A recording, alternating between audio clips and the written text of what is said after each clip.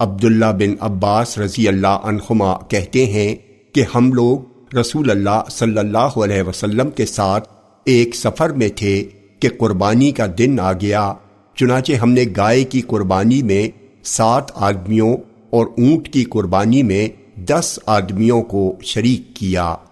جامع ترمذی حدیث نمبر 1501، یہ حدیث صحیح ہے۔ جابر رضی اللہ عنہ کہتے ہیں کہ ہم لوگوں نے رسول اللہ صلی اللہ علیہ وسلم کے ساتھ حدیبیہ کے موقع پر اونٹ اور گائے کو 7 آدمیوں کی طرف سے ذبح کیا۔ جامع ترمذی حدیث نمبر 1502، یہ حدیث صحیح ہے۔ حجیہ بن عدی سے روایت ہے کہ علی رضی اللہ عنہ نے کہا، گائے کی قربانی 7 آدمیوں کی طرف سے کی جائے گی۔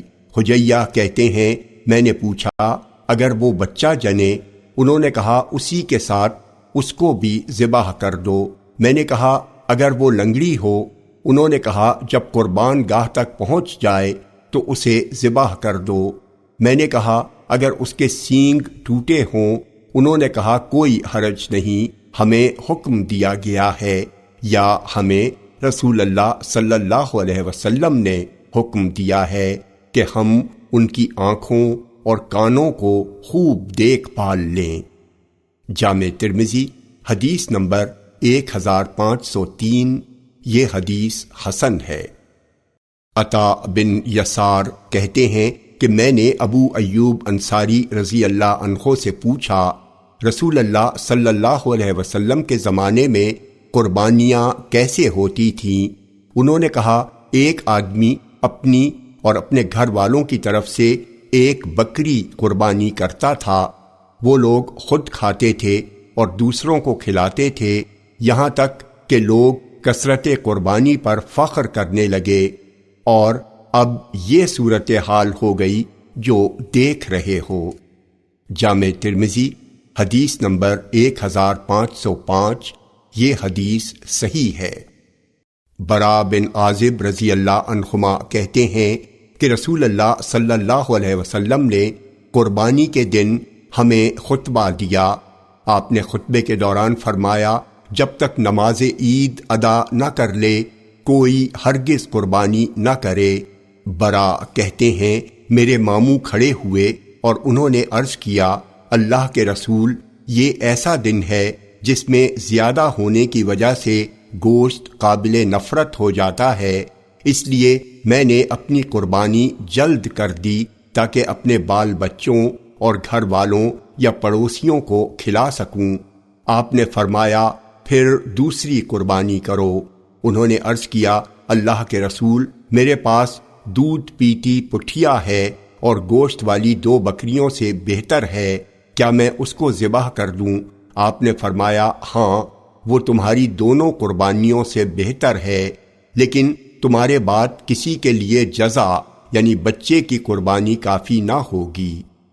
جامع ترمذی حدیث نمبر 1508، یہ حدیث صحیح ہے۔ عبداللہ بن عمر رضی اللہ عنہما سے روایت ہے کہ نبی اکرم صلی اللہ علیہ وسلم نے فرمایا تم میں سے کوئی 3 دن سے زیادہ قربانی کا گوشت نہ کھائے۔ جامع ترمذی حدیث نمبر 1509، یہ حدیث صحیح ہے۔ بریدہ رضی اللہ عنہ کہتے ہیں کہ رسول اللہ صلی اللہ علیہ وسلم نے فرمایا میں نے تم لوگوں کو 3 دن سے زیادہ قربانی کا گوشت رکھنے سے منع کیا تھا تاکہ مالدار لوگ ان لوگوں کے لیے کشادگی کر دیں جنہیں قربانی کی طاقت نہیں ہے، سو اب جتنا چاہو خود کھاؤ، دوسروں کو کھلاؤ اور گوشت جمع کر کے رکھو۔ جامع ترمذی حدیث نمبر 1510، یہ حدیث صحیح ہے۔ عابس بن ربیعہ کہتے ہیں کہ میں نے ام المومنین سے کہا کیا رسول اللہ صلی اللہ علیہ وسلم قربانی کا گوشت رکھنے سے منع فرماتے تھے؟ وہ بولی نہیں، لیکن اس وقت بہت کم لوگ قربانی کرتے تھے، اس لیے آپ چاہتے تھے کہ جو لوگ قربانی نہیں کر سکتے ہیں انہیں کھلایا جائے۔ ہم لوگ قربانی کے جانور کے پائے رکھ دیتے، پھر ان کو 10 دن بعد کھاتے تھے۔ جامع ترمذی حدیث نمبر 1511۔ یہ حدیث صحیح ہے۔ ابو ہریرہ رضی اللہ عنہ کہتے ہیں کہ رسول اللہ صلی اللہ علیہ وسلم نے فرمایا، اسلام میں نہ فرا ہے نہ عتیرہ۔ فرا جانور کا وہ پہلا بچہ ہے جو کافروں کے ہاں پیدا ہوتا تو وہ اسے بتوں کے نام پر ذبح کر دیتے تھے۔ جامع ترمذی حدیث نمبر 1512۔ یہ حدیث صحیح ہے۔ یوسف بن ماہک سے روایت ہے کہ لوگ حفصہ بنت عبد الرحمن کے پاس گئے اور ان سے عقیقے کے بارے میں پوچھا تو انہوں نے بیان کیا کہ ان کی پھوپھی ام المومنین عائشہ رضی اللہ عنہا نے ان کو بتایا کہ رسول اللہ صلی اللہ علیہ وسلم نے صحابہ کو حکم دیا کہ وہ لڑکے کی طرف سے 2 بکریاں ایک جیسی اور لڑکی کی طرف سے 1 بکری عقیقہ کریں۔ جامع ترمذی حدیث نمبر 1513۔ یہ حدیث صحیح ہے۔ سلمان بن عامر ضبی رضی اللہ عنہ کہتے ہیں کہ رسول اللہ صلی اللہ علیہ وسلم نے فرمایا، لڑکے کی پیدائش پر عقیقہ لازم ہے، لہذا اس کی طرف سے خون بہاؤ یعنی جانور ذبح کرو اور اس سے گندگی دور کرو۔ جامع ترمذی حدیث نمبر 1515۔ یہ حدیث صحیح ہے۔ ام کرز رضی اللہ عنہ کہتی ہیں کہ انہوں نے رسول اللہ صلی اللہ علیہ وسلم سے عقیقے کے بارے میں پوچھا تو آپ نے فرمایا، لڑکے کی طرف سے 2 بکریاں اور لڑکی کی طرف سے 1 بکری ذبح کی جائے گی، وہ جانور نر ہو یا مادہ، اس میں تمہارے لیے کوئی حرج نہیں۔ جامع ترمذی حدیث نمبر 1516۔ یہ حدیث صحیح ہے۔ مخنف بن سلیم رضی اللہ عنہ کہتے ہیں کہ ہم لوگ نبی اکرم صلی اللہ علیہ وسلم کے ساتھ میدان عرفات میں ٹھہرے ہوئے تھے۔ میں نے آپ کو فرماتے سنا، لوگوں، ہر گھر والے پر ہر سال 1 قربانی اور عتیرہ ہے۔ تم لوگ جانتے ہو عتیرہ کیا ہے؟ عتیرہ وہ ہے جسے تم لوگ رجبیہ کہتے ہو۔ جامع ترمذی حدیث نمبر 1518۔ یہ حدیث صحیح ہے۔ علی رضی اللہ عنہ کہتے ہیں کہ رسول اللہ صلی اللہ علیہ وسلم نے حسن کی طرف سے 1 بکری عقیقہ کیا اور فرمایا، فاطمہ اس کا سر مونڈ دو اور اس کے بال کے برابر چاندی صدقہ کرو۔ فاطمہ رضی اللہ عنہا نے اس کے بال کو تولا تو اس کا وزن 1 درہم کے برابر یا اس سے کچھ کم ہوا۔ جامع ترمذی حدیث نمبر 1519۔ یہ حدیث حسن ہے۔ ابو بکرہ رضی اللہ عنہ کہتے ہیں کہ نبی اکرم صلی اللہ علیہ وسلم نے خطبہ دیا، پھر ممبر سے اترے، پھر آپ نے 2 مینڈھے منگائے اور ان کو ذبح کیا۔ جامع ترمذی حدیث نمبر 1520۔ یہ حدیث صحیح ہے۔ جابر بن عبداللہ رضی اللہ عنہ کہتے ہیں کہ میں نبی اکرم صلی اللہ علیہ وسلم کے ساتھ عید الاضحیٰ کے دن عیدگاہ گیا۔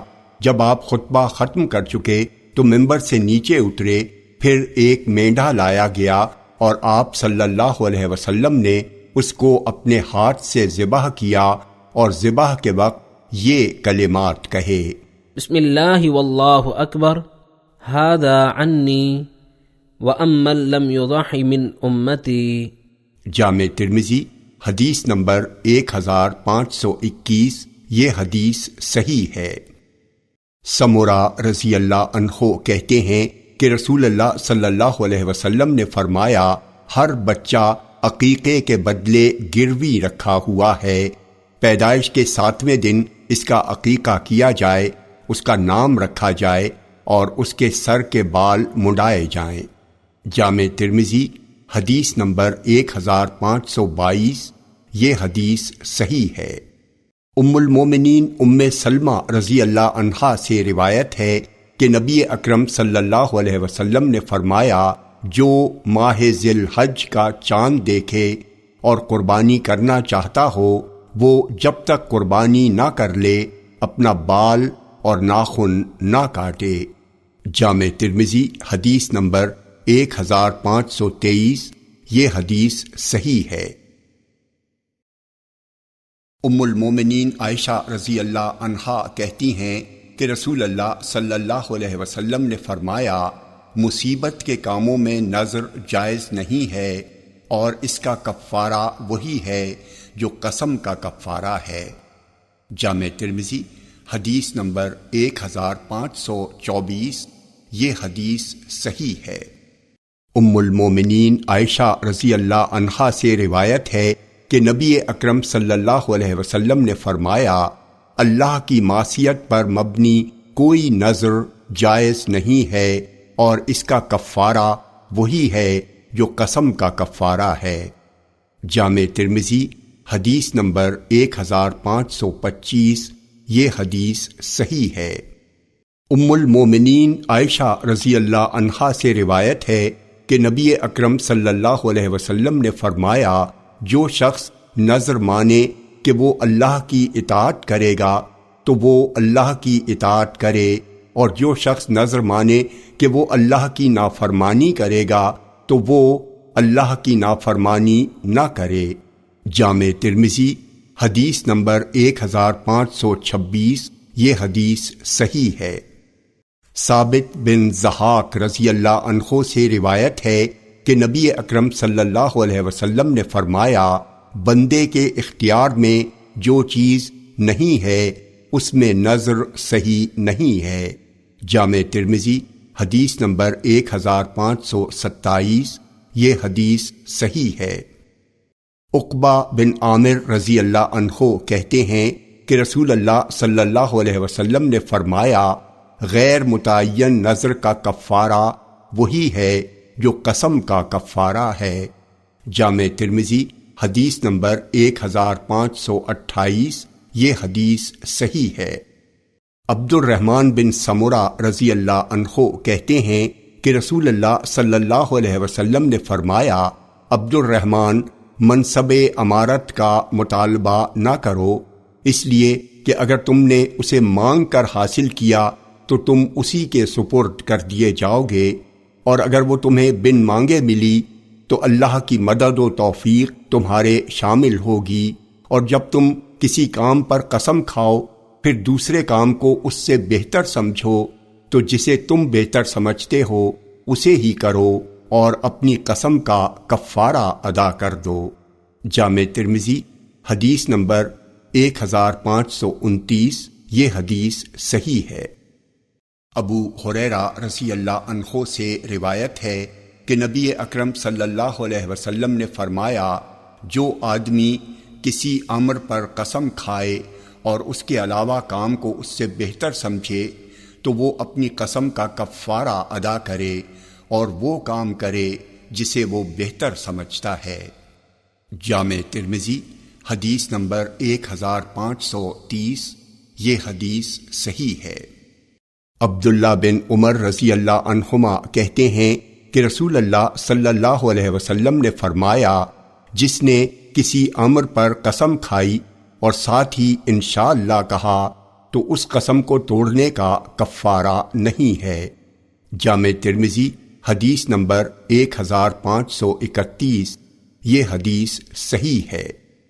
ابو ہریرہ رضی اللہ عنہ سے روایت ہے کہ رسول اللہ صلی اللہ علیہ وسلم نے فرمایا، جس نے قسم کھائی اور انشاءاللہ کہا وہ خانس نہیں ہوا۔ جامع ترمذی حدیث نمبر 1532۔ یہ حدیث صحیح ہے۔ عبداللہ بن عمر رضی اللہ عنہما سے روایت ہے کہ نبی اکرم صلی اللہ علیہ وسلم نے عمر رضی اللہ عنہ کو کہتے سنا، میرے باپ کی قسم، میرے باپ کی قسم۔ آپ نے انہیں بلا کر فرمایا، سنو، اللہ نے تمہیں اپنے باپ دادا کی قسم کھانے سے منع فرمایا ہے۔ عمر رضی اللہ عنہ کہتے ہیں اللہ کی قسم، اس کے بعد میں نے باپ دادا کی قسم نہیں کھائی، نہ جان بوجھ کر اور نہ ہی کسی کی بات نقل کرتے ہوئے۔ جامع ترمذی حدیث نمبر 1533، یہ حدیث صحیح ہے۔ عبداللہ بن عمر رضی اللہ عنہما کہتے ہیں کہ رسول اللہ صلی اللہ علیہ وسلم نے عمر رضی اللہ عنہ کو ایک قافلے میں پایا، وہ اپنے باپ کی قسم کھا رہے تھے، تو رسول اللہ صلی اللہ علیہ وسلم نے فرمایا، بے شک اللہ تم لوگوں کو باپ دادا کی قسم کھانے سے منع فرماتا ہے، قسم کھانے والا اللہ کی قسم کھائے ورنہ چپ چاپ رہے۔ جامع ترمذی حدیث نمبر 1534، یہ حدیث صحیح ہے۔ سعد بن عبیدہ سے روایت ہے کہ ابن عمر رضی اللہ عنہما نے ایک آدمی کو کہتے سنا، ایسا نہیں ہے، قسم ہے کعبے کی، تو اس سے کہا، غیر اللہ کی قسم نہ کھائی جائے، کیونکہ میں نے رسول اللہ صلی اللہ علیہ وسلم کو فرماتے سنا ہے، جس نے غیر اللہ کی قسم کھائی اس نے کفر کیا یا شرک کیا۔ جامع ترمذی حدیث نمبر 1535، یہ حدیث صحیح ہے۔ انس رضی اللہ عنہ کہتے ہیں کہ ایک عورت نے نذر مانی کہ وہ بیت اللہ تک پیدل چل کر جائے گی۔ نبی اکرم صلی اللہ علیہ وسلم سے اس سلسلے میں سوال کیا گیا تو آپ نے فرمایا، اللہ تعالیٰ اس کے پیدل چلنے سے بے نیاز ہے، اسے حکم دو کہ وہ سوار ہو کر جائے۔ جامع ترمذی حدیث نمبر 1536، یہ حدیث صحیح ہے۔ انس رضی اللہ عنہ کہتے ہیں کہ نبی اکرم صلی اللہ علیہ وسلم ایک بوڑھے کے قریب سے گزرے جو اپنے 2 بیٹوں کے سہارے حج کے لیے چل رہا تھا۔ آپ نے پوچھا، کیا معاملہ ہے ان کا؟ لوگوں نے کہا، اللہ کے رسول، انہوں نے پیدل چلنے کی نذر مانی ہے۔ آپ نے فرمایا، اللہ عز و جل اس کے اپنی جان کو عذاب دینے سے بے نیاز ہے۔ پھر آپ نے اس کو سوار ہونے کا حکم دیا۔ جامع ترمذی حدیث نمبر 1537، یہ حدیث صحیح ہے۔ ابو ہریرہ رضی اللہ عنہ کہتے ہیں کہ رسول اللہ صلی اللہ علیہ وسلم نے فرمایا، نذر مت مانو، اس لیے کہ نذر تقدیر کے سامنے کچھ کام نہیں آتی، صرف بخیل اور کنجوس کا مال اس طریقے سے نکال لیا جاتا ہے۔ جامع ترمذی حدیث نمبر 1538، یہ حدیث صحیح ہے۔ عمر رضی اللہ عنہ کہتے ہیں کہ میں نے عرض کیا، اللہ کے رسول، میں نے جاہلیت میں نذر مانی تھی کہ ایک رات مسجد الحرام میں اعتکاف کروں گا، تو اس کا حکم بتائیں۔ آپ نے فرمایا، اپنی نذر پوری کرو۔ جامع ترمذی حدیث نمبر 1539، یہ حدیث صحیح ہے۔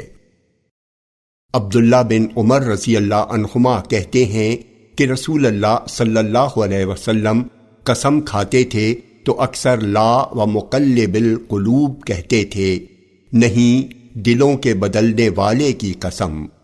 جامع ترمذی حدیث نمبر 1540، یہ حدیث صحیح ہے۔